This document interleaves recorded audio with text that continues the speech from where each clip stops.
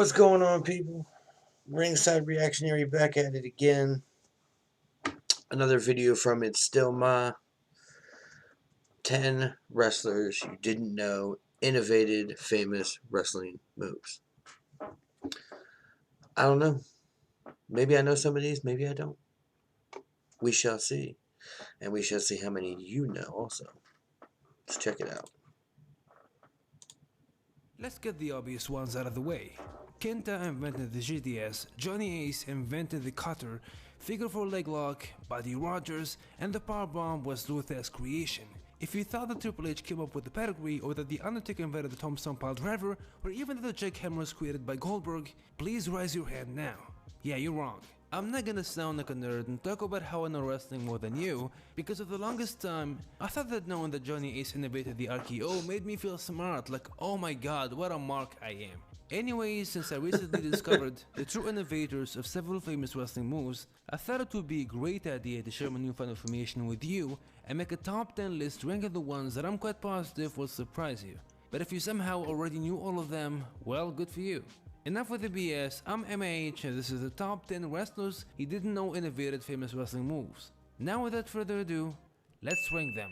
Number 10, the super kick, Chris Adams. Yeah, Shawn Michaels did not invent the super kick. He might be the one who popularized the move in the 90s and had a sexier name in the switchy music, but the late legendary English wrestler Chris Adams is the one behind the most frequently used move in all pro wrestling today. So gentleman Chris Adams actually first used the enziguri as his super kick before touring Japan in the early 1980s and brought the real maneuver to the United States. And he was also the first wrestler to utilize a super kick from the top turnbuckle. Number 9, the frog splash, La Fiera.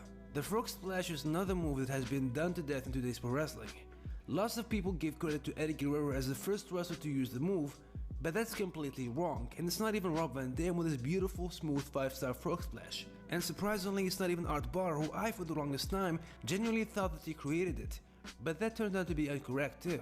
However, the true innovator of the frog splash is a second generation Mexican luchador named Arturo Casco Hernandez, who goes by the ring name La Fiera. He didn't use the move quite often and it's rare to find clips of him performing it.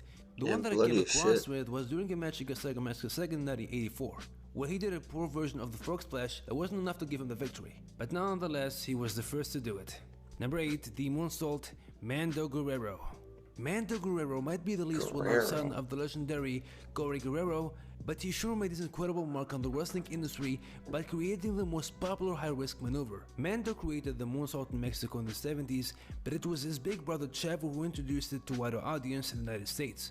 However, it was the Great Muta who really popularized the move in the 80s, and while many high flyers have perfected it ever since and had better looking moonsault than Mando, he deserves the full credit for coming up with such a quintessential maneuver. Number 7, the jackhammer Jaguar Yakura. Goldberg did not invent the jackhammer. It doesn't even sound believable. Like I can't even see him invent any wrestling move, let alone a creative move such as the jackhammer.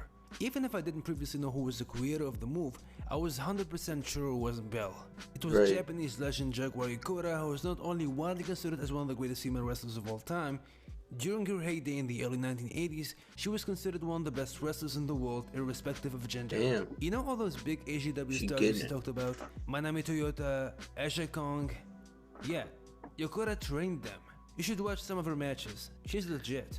Japanese wrestling, especially AGW, the promotion where Yakura spent more of her wrestling career, invented most of the wrestling move you know, especially the creative and devastating looking kinds. It's quite fascinating how the majority were created by female wrestlers. Yakura first started using the move in the early 80s. The suplex power slam wasn't even the most impressive move in her arsenal. In her time, every move she did could be a finisher.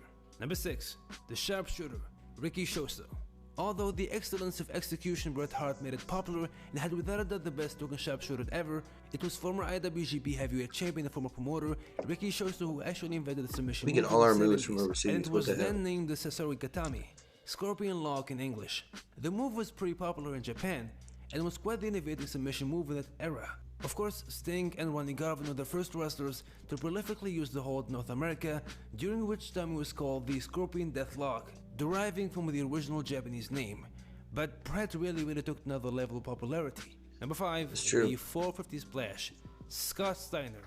Yep, The generic freak was the one who came up with this spectacular move.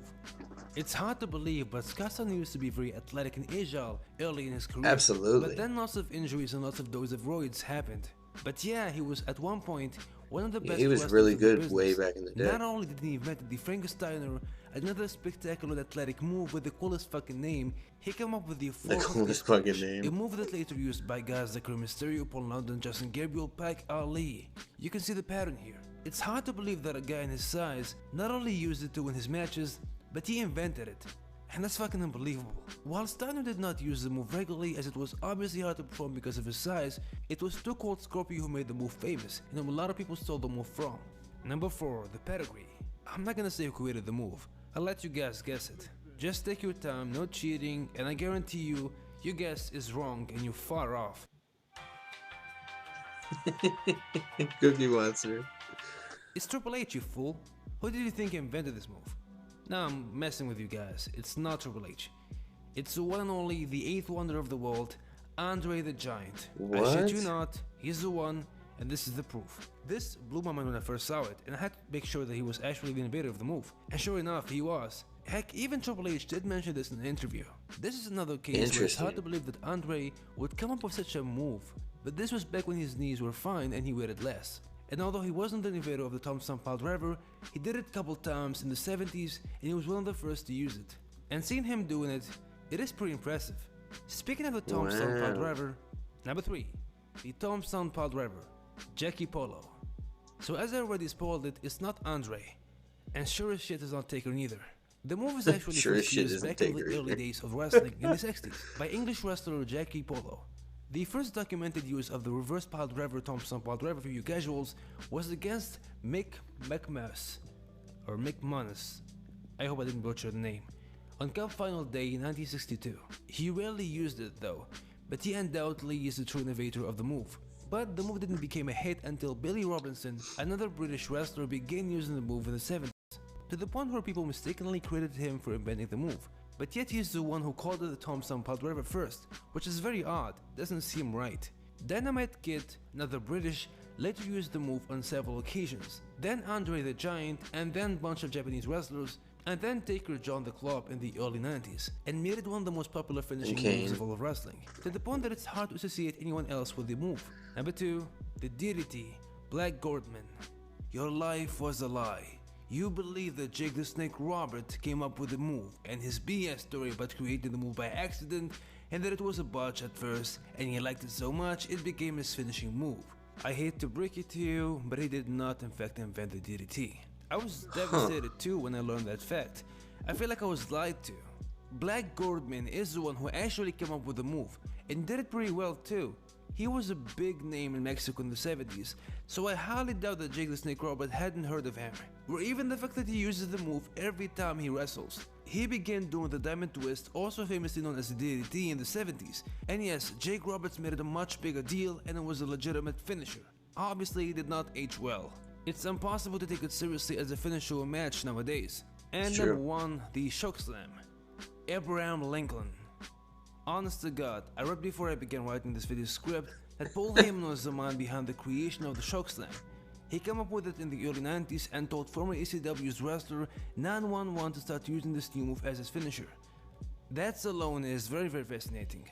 I've always knew that 911 did the move first, but it was just recently that I found out that the Chokeslam is Paul Heyman's brainchild. This fact deserves a place on the list. Maybe at 6 or 5 at best. But when I read online that Abraham Lincoln, America's 16th president, technically created the Chokeslam, it blew my fucking mind away. And it had to be at number 1, there's no competition. Obviously though, there is no clip to Lincoln doing the Chokeslam, but you have to trust my sources. Which is Wikipedia, of course. I don't care if it's true or not, I wanna believe it. Because it's so cool and this picture is the fucking best. And it just sounds better overall. So there you have it, we reached the end of the video. Hope you guys... Yeah, I had no idea about any of that. A lot of those came from overseas. Kind of weird. But yeah, link in the description. Much love. Like, share, subscribe, all that good stuff. Get your good karma. I'm out. Peace.